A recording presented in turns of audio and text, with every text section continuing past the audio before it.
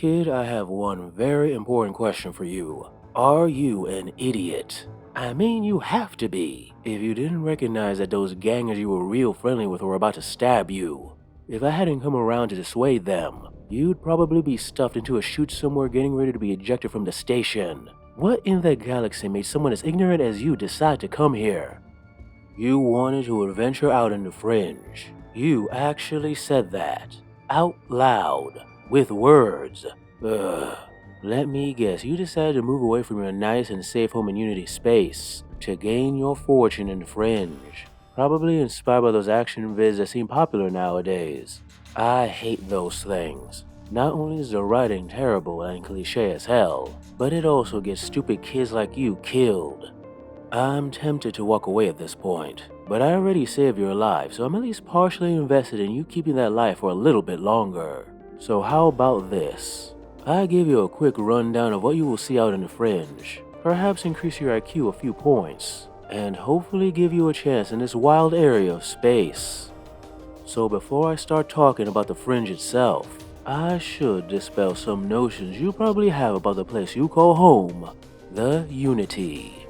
Now to many, you included I assume, the Unity stands a beacon of human achievement, a galactic power whose oh-so-noble charter literally says, defending the interests of humanity at large and in detail. Its core worlds are dotted with gleaming megacities and bustling spaceports, and in every corner, you can see Unity armed forces maintaining security and safety, ensuring a peaceful and safe society.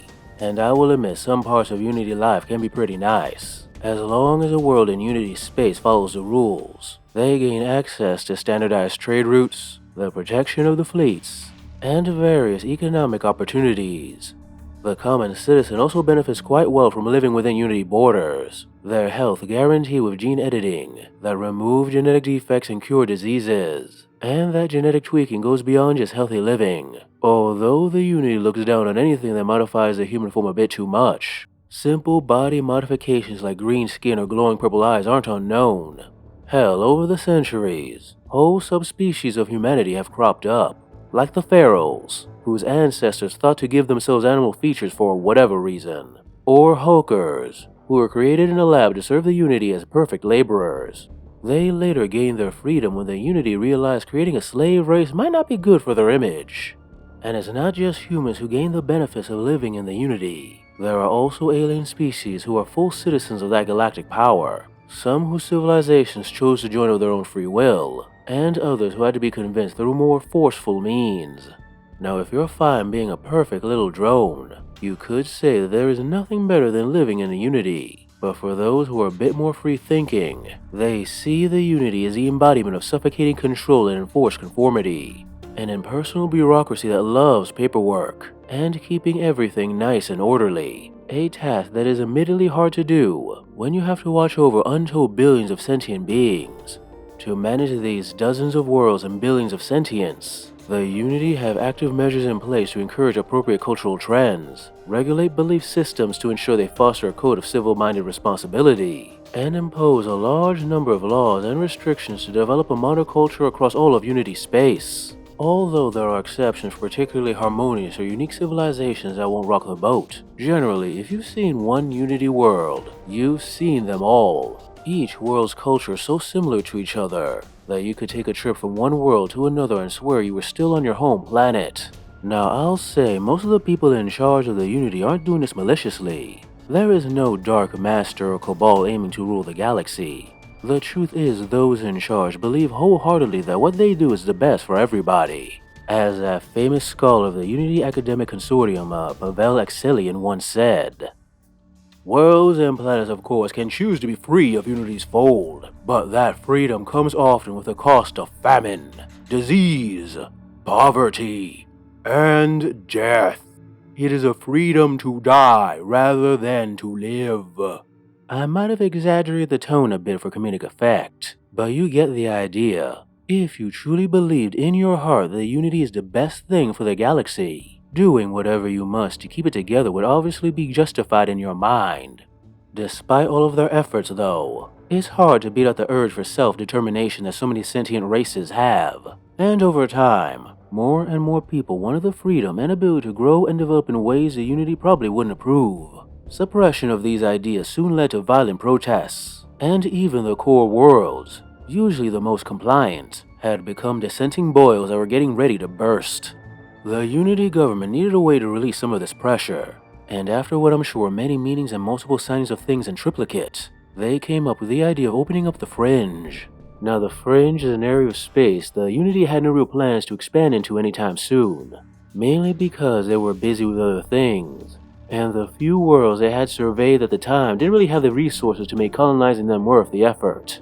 Still, there were estimated to be over 1,000 possible worlds out there ready to explore and exploit, and they now had the perfect candidates to colonize them. Individuals who would take their rebellious thoughts outside of Unity space. Perhaps the Unity was hoping that these individuals would colonize these new worlds and would cultivate a vibrant culture.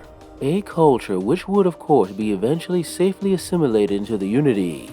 If that was the plan, it definitely backfired.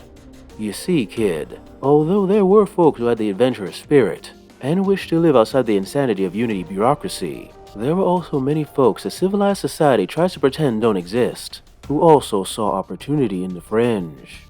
Black market traders, mercenaries, pirates, revolutionaries, religious fanatics, all folks who hid in the dark corners of Unity space, but now had new worlds to make their own. The worlds of the Fringe vary wildly. Some are rather pleasant with stable climes and easy to manage wildlife. Others are so dangerous people would think you a fool for even landing on them, and quite a few just defy description. But as each world was discovered, a wide variety of peoples flew over and started making settlements, each with their own take on living. Frontier towns where its settlers aimed to make a home in a harsh environment. Fortresses ruled by brutal warlords who hold an iron grip on their territory. Religious temple cities where cultists would rip apart outsiders in service to whatever god, supercomputer, or eldritch horror they might believe in. Corporate or guild-controlled territories where their security keeps their workers in line, while their spies try to steal secrets from their rivals. And of course, crime-ridden concrete slums. Now I'm mentioning all the people from the Unity invading Fringe space, but there are other intelligent species you might encounter that have no ties to the Unity. Some that can be real friendly if you know how to deal with them, others you want to avoid at all costs. Although there are many out there, I'll mention the few you'll most likely see. The Precursors are considered by many to be the oldest starfaring species in the galaxy, and are said to be attuned to the very flow of the cosmos, which might explain their high affinity for psionics. They also have a resemblance to humanity that has brought up some awkward questions. Questions they aren't comfortable answering for some reason. The small, winged lizard-like people known as Swifts are said to be just as ancient as the Precursors, but choose to live in a form of technological mysticism which they seem to be content with. They are deeply superstitious, and have an incomprehensible caste system, where individuals discover their purpose and station in life at seemingly random moments. The Kayrin are a warlike species that have had quite a few conflicts with the Unity since their territories share a border. They consider warfare a cultural cornerstone of their society, and never turn down a fight. You'll also find that quite a few worlds in the Fringe are willing to accept their empire's guardianship. They might be a bit harsh as overlords, but the Kayrin take their guardianship role seriously, and will always defend worlds under their control with battalions of battle-hardened troops. So many on those worlds consider it worth the price. Oh, and a bit of advice. Never challenge a Kayrin to a duel, even as a joke. They take those very seriously. The species of cybernetic organisms known as the Soulless are connected through a sort of hive intelligence. They have come in recently from the edges of known space, and are slowly working to integrate themselves into the galactic community. Although some people find them rather suspicious, they have a wide variety of skills that are quite in demand, so most people are able to ignore that creeping feeling, at least for now. Although engineers aren't a major power and control just a few systems, they are famous across the galaxy for their skills with tech, making them highly sought after by many. Just make sure they always have something to work on. A bored engineer is a dangerous engineer. Abductors are short, large-headed aliens despised throughout space for their insistence on abducting and mind-controlling other sapiens for some higher purpose. What is that higher purpose? No idea. They never seem to bother to explain. The Swarm are a multi-limbed alien race who react to everything that isn't them with extreme violence. If you encounter one of their swarm brews in your travels, I suggest you try running away from them as fast as you can. Those limbs of theirs are quite strong, and they seem to enjoy using them to pull you apart slowly and painfully. And the worst of the worst out there are the Converted, a nightmarish cyborg race that replenishes their ranks through captives and corpses that they enhance with bolted-in weaponry and control circuitry.